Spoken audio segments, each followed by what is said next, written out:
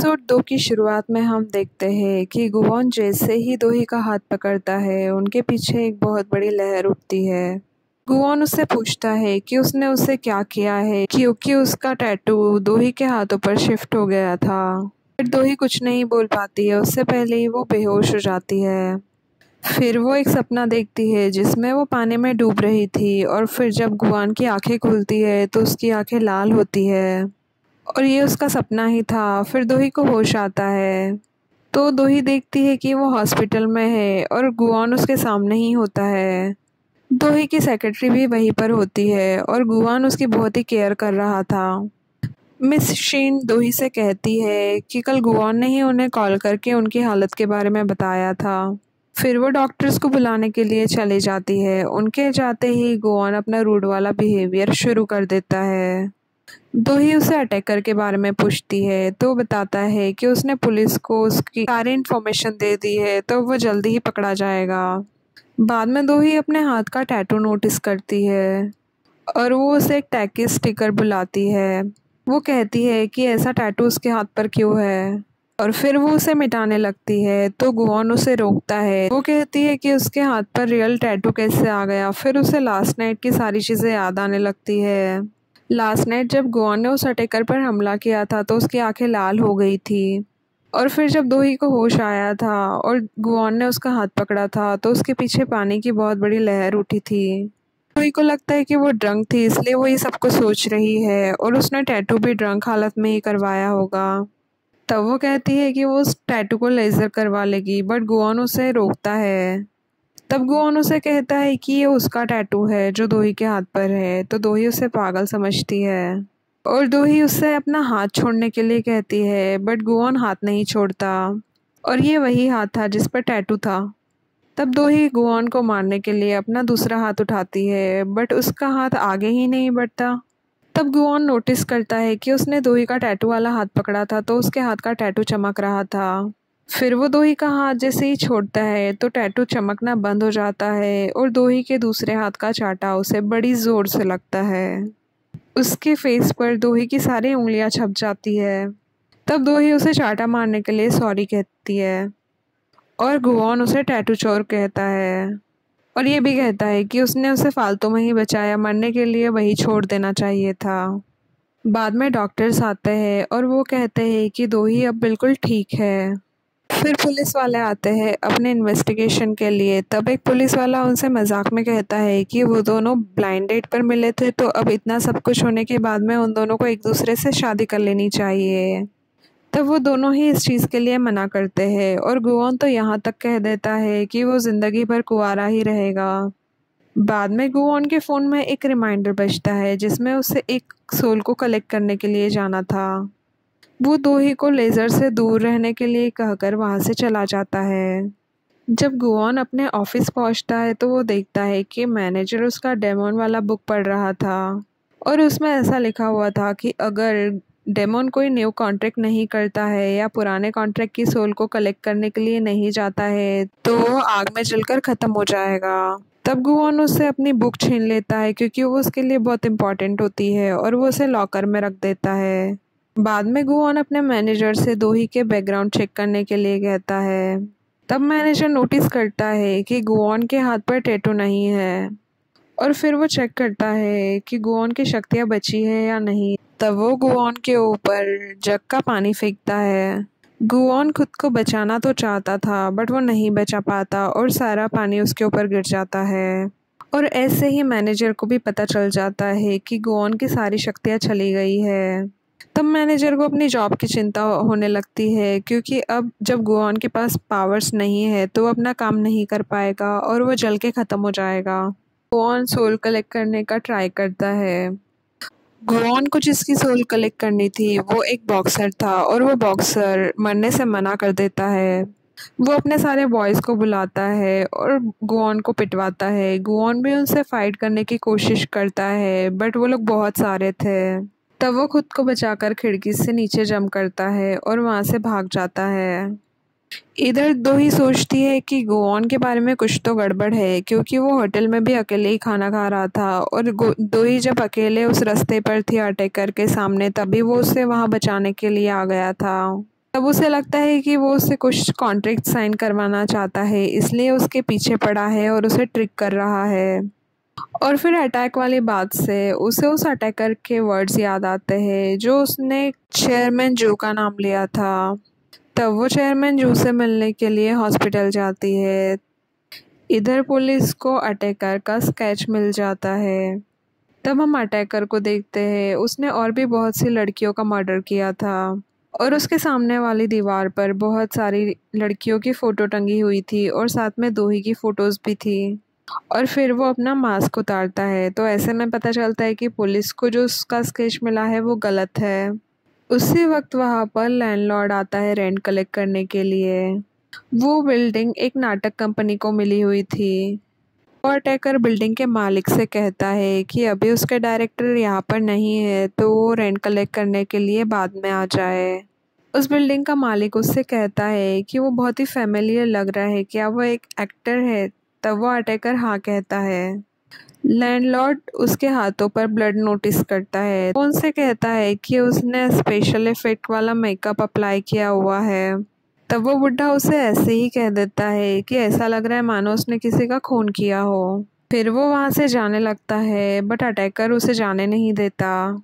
वो उनसे कहता है कि बिल्डिंग की सीलिंग में लीकेज है, तो वो एक बार आकर चेक कर ले, और उस बुड्ढे को बिल्डिंग के अंदर ले जाता है। और उधर हॉस्पिटल में हम देखते हैं कि चेयरमैन जू का डिस्चार्ज हो रहा था, तो दोही उनसे मिलने जाती है। दोही की कंपनी को क्रिटिसिज्म की वजह से बहुत सारा लॉस हुआ था, तो चेयरमैन जू से कहती है कि वो उनकी हेल्प कर देगी। तब दोही उनसे कहती है कि वो खुद सारी चीज़ें संभाल लेगी। बाद में वो लोग घर आ जाते हैं। तब दोही उनसे पूछती है कि क्या वो उनसे कोई चीज़ छुपा रही है। तब चेयरमैन जू उसे मना करती है। तभी चेयरमैन जू का भतीजा सुखोन वहाँ मिलने आता है और वो लोग सुखमेन, जो कि चेयरमैन जू का बड़ा बेटा है, उसकी बातें करते हैं कि उसने कुछ तो गड़बड़ कर दी थी, इसलिए चेयरमैन जू को उन्हें समझाना पड़ा था। उन्होंने अपनी कंपनी की सारी रिपोर्ट्स चेयरमैन जू को दिखाने के लिए लाया था। बाद में दोही और वो दोनों ही ऑफिस के लिए निकलने लगते हैं। तब चेयरमैन जू ने कहती है कि तुम दोनों ही काम में इतना बिजी रहते हो, तो आपस में ही शादी कर लो। तब वो दोनों ही इस बात को टाल देते हैं।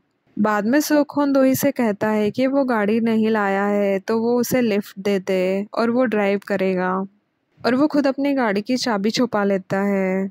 जब वो लोग ऑफिस को जा रहे होते हैं, तब मशीन और दोही दोनों ही गुआन के बारे में बात करते हैं। एटलीस्ट उसके लंच के लिए पेमेंट कर देना चाहिए, क्योंकि इन्होंने ब्लाइंड डेट समझकर गुआन का लंच खराब कर दिया था। तब सुखोन पूछता है कि ये गुआन कौन है। तब दोही उसे बताती है कि ये उसकी ब्लाइंड डेट है। और ये बात सुनकर सुखोन को झटका लगता है। वो अचानक से ही ब्रेक लगा देता है, तो मशीन की नाक से खून निकलने लगता है। बाद में मशीन खुद ही गाड़ी ड्राइव करती है और सुखोन पीछे वाली सीट पर दोही के साथ बैठता है। तब वो दोही से ब्लाइंड डेट के बारे में बातें करता है। तब दोही बताती है कि उसे अभी शादी नहीं करनी है वैसे भी। बाद में वो लोग ऐसे ही इधर उधर की बातें करते हैं और दोही उसकी टाई ठीक करती है। तब सुकून दोही से कहता है कि वो F&B के शेयर्स खरीदेगा, ताकि दोही की कंपनी को जो भी लॉस हुआ था वो थोड़ा कवर हो सके। तब दोही कहती है कि उसे उसकी हेल्प की ज़रूरत नहीं है, वो खुद ही सब संभाल लेगी। उधर हम गुआन को देखते हैं, जो डायमंड बुक में ये सर्च कर रहा था कि अगर टैटू कहीं शिफ्ट हो जाए तो उसका कोई सॉल्यूशन है क्या, बट उसे कोई सॉल्यूशन नहीं मिलता। बाद में वो अपने मैनेजर को कॉल करके दोही के बारे में पूछता है। तब वो बताता है कि दोही एक नॉर्मल फैमिली से आती थी। उसके 11th बर्थडे के दिन उसके माँ बाप का कार एक्सीडेंट में डेथ हो गई थी, और फिर बाद में चेयरमैन जू ने उसे अडॉप्ट कर लिया था। उसने कॉलेज में ही अपनी कंपनी F&B शुरू कर दी थी, जो बाद में मेरे ग्रुप ने अक्वायर कर ली थी। उधर हम दोही को देखते हैं, जो मशीन से कह रही होती है कि जो कल तक कंपनी की मार्केट वैल्यू को फिर से ऊपर की तरफ जाते हुए देखना चाहती थी। बाद में दोही मीटिंग में होती है। टोटल 256 बिलियन का लॉस हुआ था और उसके एम्प्लॉयज़ उसे बहुत ही ज़्यादा बुरे बुरे आइडियाज़ दे रहे थे, तो दोही को बहुत ज़्यादा गुस्सा आता है। बाद में दोही अपनी सिस्टर सुहान से मिलने के लिए जाने वाली होती है, जिसकी वजह से ये सारा रायता फैला था। तब उसकी सेक्रेटरी उसे कहती है कि वो उसके साथ चलेगी, तब वो मना करती है। उसकी सेक्रेटरी उसे कहती है कि अगर कल वो उसके साथ होती तो शायद ये एक्सीडेंट नहीं होता। तब दो ही उनसे कहती है कि वो अपने आसपास के लोगों को परेशान नहीं करना चाहती और वो उन्हें अपनी जगह किसी दूसरी मीटिंग में भेज देती है। इधर गुओन डिसाइड करता है कि उसके पास उसके पावर्स तो नहीं है, बट फिर भी वो दो ही के क्लोज आएगा और उसका दिल जीतने की कोशिश करेगा। और इधर हम दोही की सिस्टर को देखते हैं, सुआन को, जो एफएनबी की इस हालत पर बहुत ही खुश हो रही थी। और हम देखते हैं कि दोही भी वहीं पर बैठी थी। बाद में दोही उसे ब्लैकमेल करती है। सुहान का एक्स्ट्रा मैरिटल अफेयर चल रहा था तो वो उसे उसकी फ़ोटोज़ दिखाती है और उसे सब कुछ वापस ठीक करने के लिए कहती है। तभी गुआन का कॉल आता है, वो उसे मिलने के लिए बुलाता है क्योंकि उसे पता था कि जब दोही उसके साथ होगी तभी वो अपनी पावर्स को यूज़ कर सकता है। उधर हम चेयरमैन जो को देखते हैं, जो चर्च में कन्फेशन कर रही थी और वो किसी चीज़ के लिए दोही से माफ़ी मांगना चाहती थी। और हम पास्ट को देखते हैं, जहाँ जब दोही का एक्सीडेंट हुआ था तो उस वक्त वहाँ पर चेयरमैन जू भी थी। उसी एक्सीडेंट के वक्त ब्लास्ट हुआ था जिसकी वजह से उन्हें पैर में काफ़ी चोट आई थी और उन्हें चलने में प्रॉब्लम होती थी।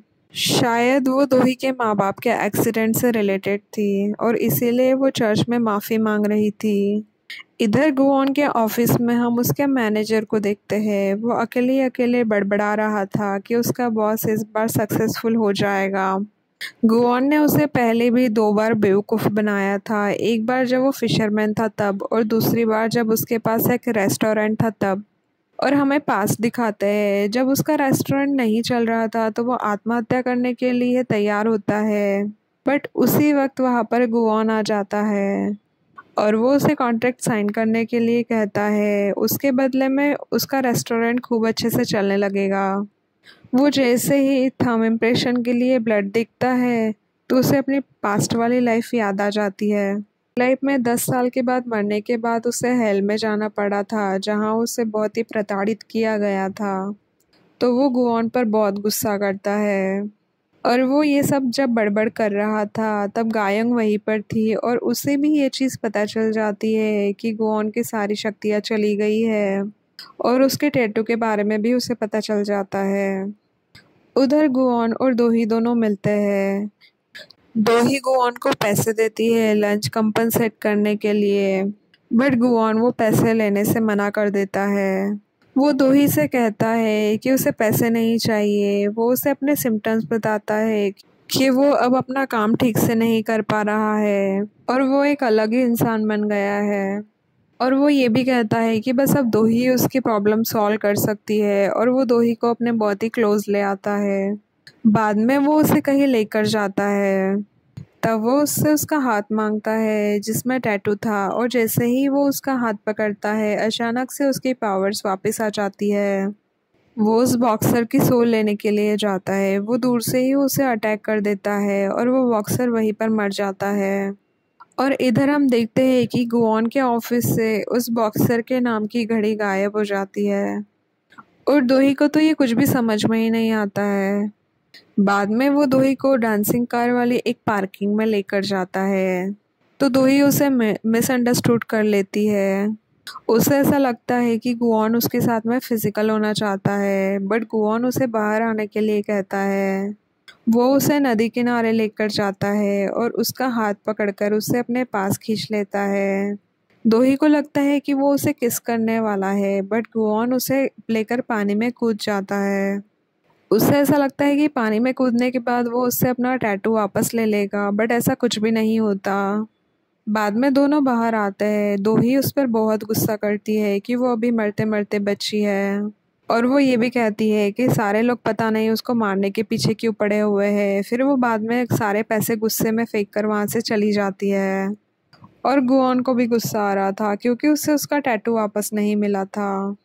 दोही टैक्सी लेकर घर जाती है और दूसरी तरफ हम देखते हैं कि जो अटैकर था वो फाइनेंस मैनेजर के फ़ोन को एक पैकेट में डालता है और उसे वो एक लॉकर में रख देता है और बाद में कोई आकर उस फ़ोन को लेकर जाता है। उसका फेस तो हमें नहीं दिखाया जाता।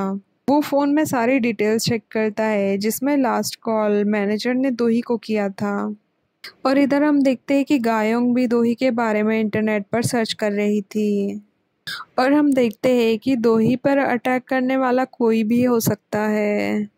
हम चेयरमैन जू को प्रे करते हुए देखते हैं ताकि वो सच्चाई का सामना कर सके। जू का बड़ा बेटा भी दोही पर अटैक कर सकता था। बाद में हम जू के पोते को देखते हैं जिसको मेंटल प्रॉब्लम्स है। उसकी भाभी या फिर उसकी खुद की बहन सुआन भी अटैकर हो सकती है क्योंकि वो दोही को मारना चाहती थी। और जू का भतीजा सुखो भी अटैकर हो सकता है क्योंकि बाद में उसे सारी प्रॉपर्टी मिल जाती। बाद में दोही टैक्सी से उतरकर रोड क्रॉस करने को रुकती है, तभी उसे न्यूज़ में दिखता है कि फाइनेंशियल मैनेजर की मौत हो चुकी है। तब उसे वो खबर देखकर बहुत ही शौक लगता है तो वो वहीं रुक जाती है। उसी वक्त वहाँ पर एक बाइकर आता है और शायद ये वही इंसान था जिसने कॉल लॉग्स चेक किए थे और मोबाइल का पैकेट उठाया था। वो दोही पर एसिड फेंकता है बट उसी वक्त गुआन वहाँ आ जाता है और वो दोही को बचाता है। और इसी के साथ एपिसोड 2 यही ख़त्म हो जाता है। Thank you for watching. If you liked what you saw, make sure to subscribe for more content.